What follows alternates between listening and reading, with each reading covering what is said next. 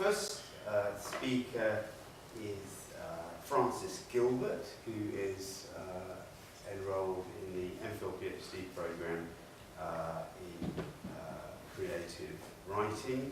The title of Francis's overall project, which consists principally of his novel, is Who Do You Love? Francis performs other functions such as writing in the national press on matters of education and educational policy, particularly in schools. And here's Francis right now to speak to us on the topic of building beauty, aesthetic learning in the 21st century. Thank you, Francis. Thank you, thanks for coming. I'll be quick. I'm aiming to explore in this session what aesthetic and aesthetic education is, and look to make links between teaching and writing processes in the presentation, and then explore some new identities for teachers and writers, and explore the whole concept of aesthetic learning. Basically, aesthetics obviously has a long and noble tradition within philosophy, starting right back to Plato, Aristotle, and then we have David Hume and Kant and J.S. Mill, all sort of establishing a realm for answering what Graham calls what is it that we expect to get from art. So we have a long, very distinguished tradition there.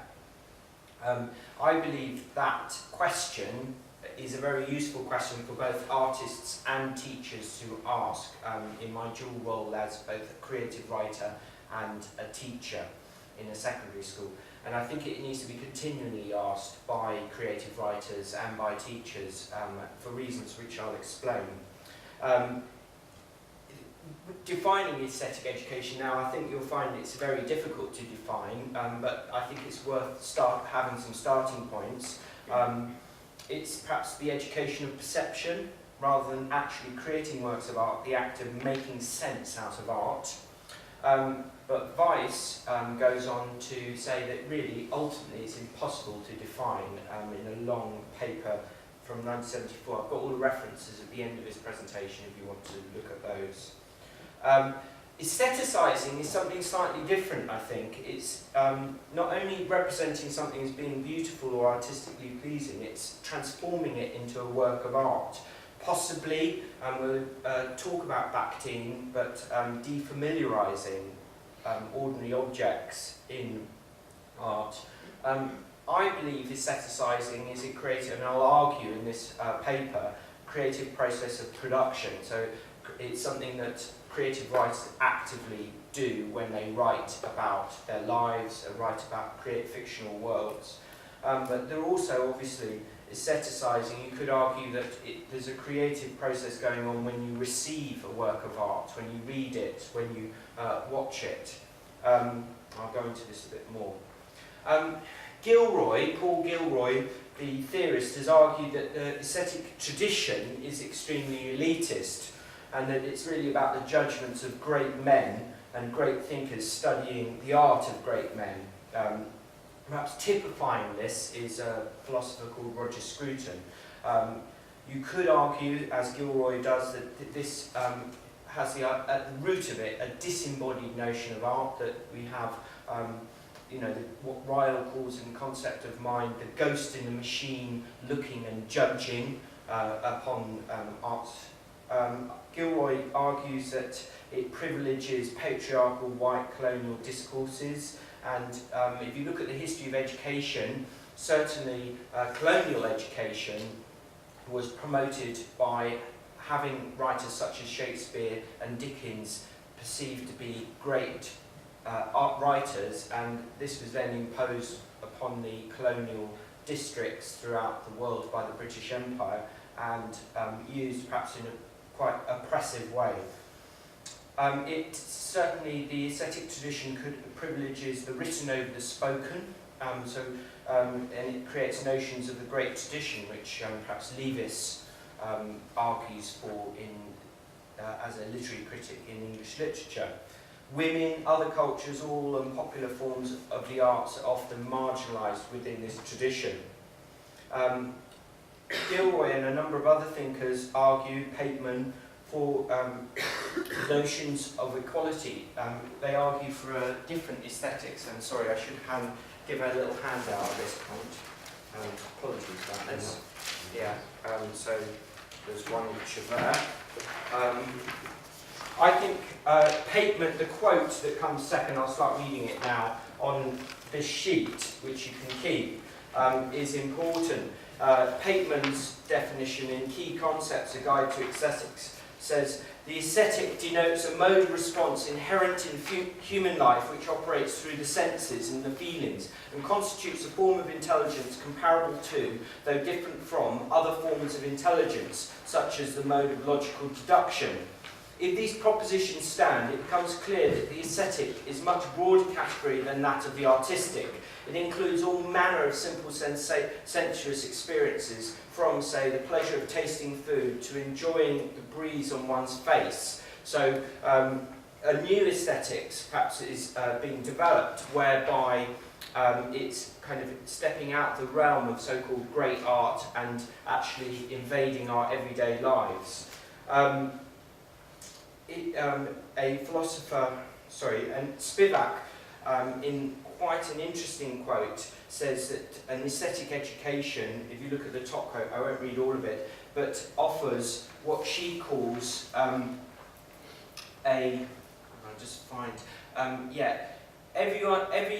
everything else begins there, in that space that allows us to survive in the singular and unverifiable, surrounded by the lethal and lugubrious consolations of rational choice. I mean, she calls aesthetic education in her book Towards an Aesthetic Education in the Area of Globalization, she calls it a place, a singular and unverifiable place, a place that steps outside the sort of patriarchal functional discourses of normal education. And then there's another thinker, Gadamer, who sees aesthetic judgment as a form of communal play, all of which I think is important. It crosses genres. It's about video, music, dance, art, writing. And I believe it's really, in educational context, about allowing a view of a person to construct beauty, to build beauty in their mind. They're not passively receiving it, but they're actively constructing it in their mind. It is an embodied process, using all the senses, perhaps in the sense that William Blake argued for in his writing. We construct works of art in our minds based on our situations. It's all about context of reading. It's about how we receive works of art. I would argue that the creative writer is an aesthetic learner. They construct fictional worlds through using communal language. While writing, you learn more about the world. Sorry, Michael, I'm conscious of time. So fine. Yeah.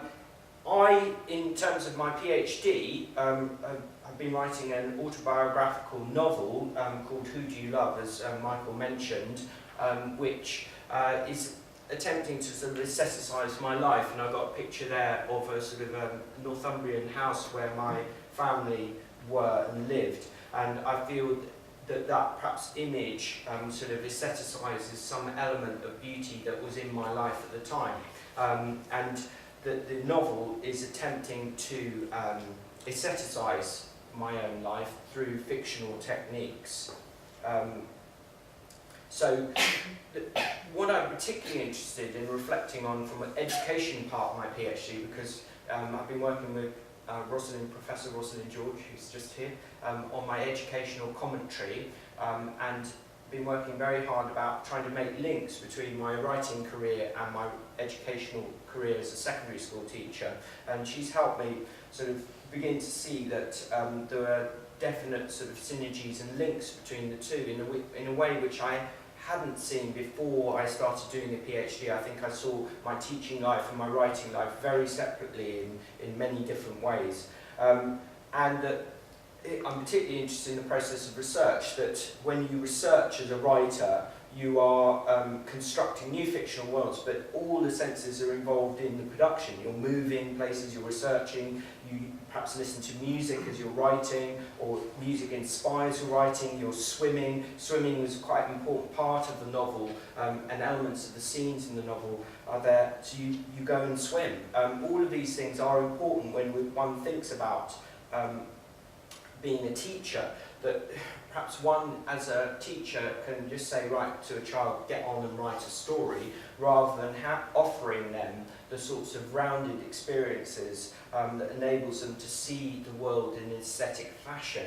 And so it's about bringing a kind of embodied experience into the classroom for them. And that is what I attempted to do when I did a sort of research project with my own pupils, 11-year-olds and 16-year-olds. I got them eating sweets that helped them recall memories. I got them dramatically acting out sections of their lives and fictionalising them in forms of drama together, and I got them writing. And it provoked some really interesting responses, which I analysed in my educational part of my PhD. So it's using all senses. So if you want a kind of rough idea of perhaps what educational aesthetic education is like, I'll show you this short video of a school I visited in Beckton.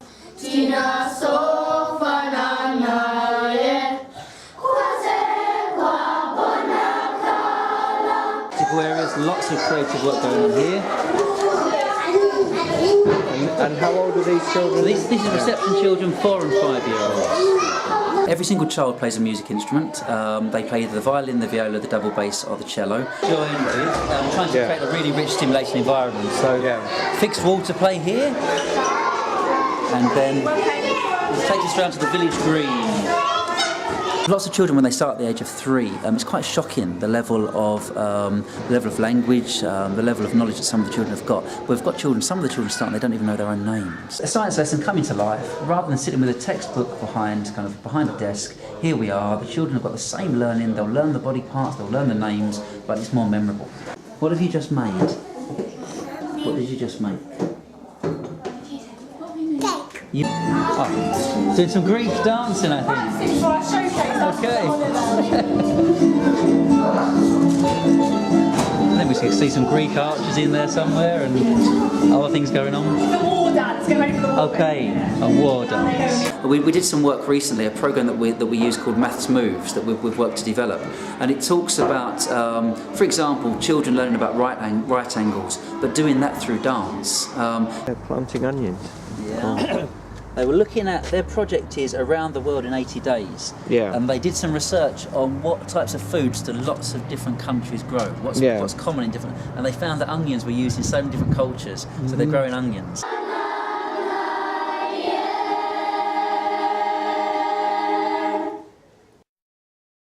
That's interesting. I'd like to show you the schools minister who watched that video. I gave this talk actually at a Spectator conference, and this is a very influential member of the government, actually, very close to Michael Gove, the current Education Secretary, was schools minister.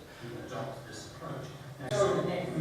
Adopt this approach. Now, sorry, Nick, we just have to ask a question, because you said something earlier, we can't teach right angles by dance, and you made that blanket judgment. Yes. You're not a teacher. That teacher, Paul Jackson, has been teaching 20 years. Why do you say that? Because it's not an efficient way of teaching right angles. How do you know that? Because have you ever been a teacher? Have you ever been a teacher in the classroom at all? Have you visited as many schools as I have around the country? I can tell you. But if you haven't taught a day in your life, it doesn't matter. I think that's instructive. I think that is the sort of atmosphere that one is working in as a teacher. That basically, you have policymakers who are very against these sorts of ideas, and they are fundamentally antithetical to their worldview. And I would say that we need to really rethink, as many people are saying, the purposes of education, and that the purpose of aesthetic education is to step outside sort of very functional, logical ways of thinking. It's not just about employment, it's about encouraging children to have appreciation of the beauty in their lives. And that's why I've called the speak talk building beauty, we need to sort of return to perhaps quite old-fashioned sort of values that go right back to Plato as to what education should be.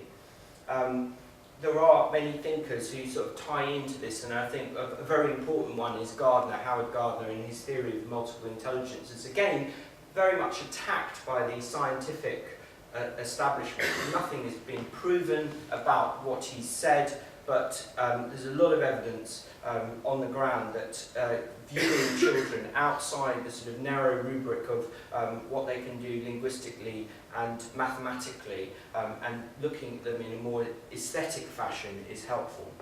I'd also argue that, you know, perhaps one could reconfigure writer identity in the 21st century. I don't think a writer is actually quite what a lot of writers are doing. I think that they are aesthetic learners, in a sense. They are, and I found that sort of label, seeing myself perhaps as a learner, aesthetic learner, looking at an embodied person, trying to investigate what's going on in one's life, and through the process of writing is perhaps a more helpful term. I think writer carries with it, particularly in the English tradition, a huge freight, a huge burden, historical burden, because you're speaking to Shakespeare, Dickens, all these people, and I found it helpful to step outside that. Equally, you know, Claxton and many other educational thinkers thinking that, well, actually the word teacher and the teacher identity is problematic too, because essentially you're learning with your students. It's a sort of non-authoritarian, more egalitarian vision. That's not to say you don't know things that your learners don't, but it's an acknowledgement that you make mistakes, and that you are in a communal activity together with your pupils.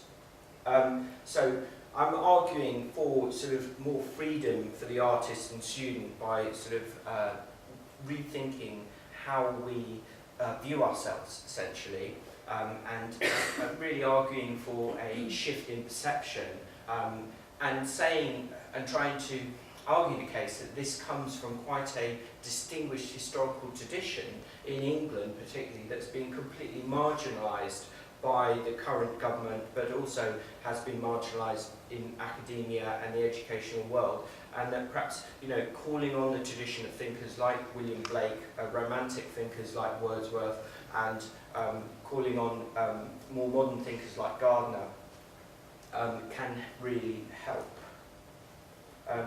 I think that to return to Bakhtin's thought has been very influential, that essentially a writer and a teacher is entering a dialogue with themselves and their pupils, and that it's a form of conversation that's going on when you're writing and you're teaching in different ways. And a really exciting educational thinker for me is Robin Alexander, who has sort of formulated a theory of dialogic teaching, which is based on talk. It's encouraging children to learn through talk primarily, rather than having the kind of social control model of getting them to write in a sort of disembodied fashion. So my conclusions are, really, I'm just arguing for a sort of shift in perception, perhaps more generally than I've gone through, but showing myself as sort of a case study for how to sort of rethink the narrow confines of writer and teacher identity. And that's really more or less my talk. Thank you.